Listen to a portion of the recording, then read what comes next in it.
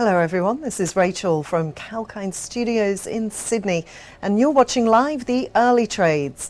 Now Australian shares rose 0.1% in the opening minutes of trade, buoyed by strong results from WiseTech Global and Woolworths this morning.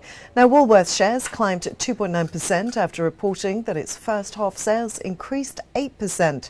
WiseTech Global shares advanced 3.6% after upgrading its earnings guidance. Healius shares climbed 1.7% after declaring its best dividend in 6 years. Domino's pizza shares dropped 10.3% after warning that same-store sales growth is likely to be lower this year. Healius Resources shares tumbled 7.4% after reporting that its revenue and profit fell in the half year. St Barbara shares declined 3.8% after its profits tumbled by 2/3.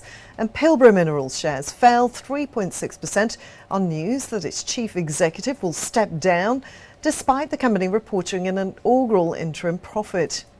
The Scentre Group shares dropped 2.5% following an announcement that Elliott Rushenau will succeed Peter Allen as CEO. So let's move on now to newsmakers for today. Lycopodium generated revenue of $102.4 million for the 6 months ending December the 31st, up 71%, while EBITDA rose 10.6%. The company declared a fully franked interim dividend of 18 cents a share. Shaffer Corp maintained its fully franked interim dividend of 45 cents a share and announced profit after tax of $6.5 million for the first half. The result was impacted by a non-cash market-to-market revaluation of the investment in Harvest Technologies.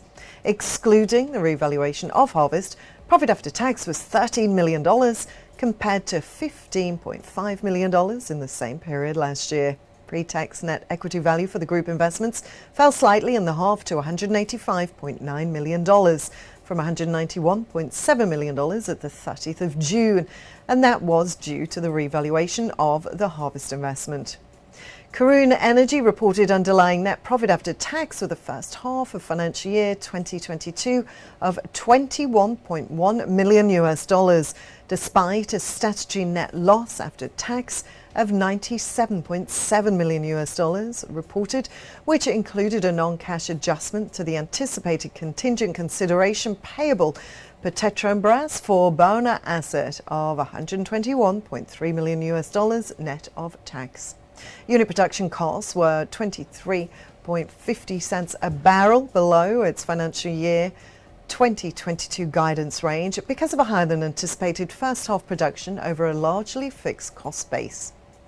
And Australia's largest food retailer, Woolworths, increased first half sales by 8%, but earnings from its supermarkets fell 7.6% because of COVID-19 costs and stock shortages, which were triggered by supply chain disruptions. Group earnings before interest and tax fell 11%.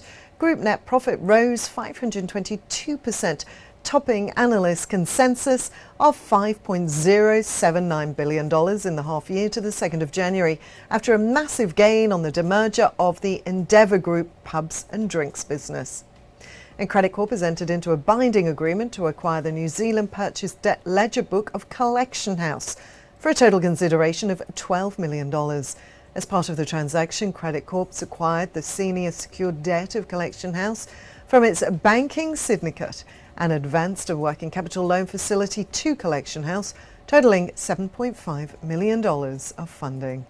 Well, that's all for now on the early trade. Stay tuned to Kalkine TV for live updates across the economy, markets and sectors. This is Rachel signing off for now.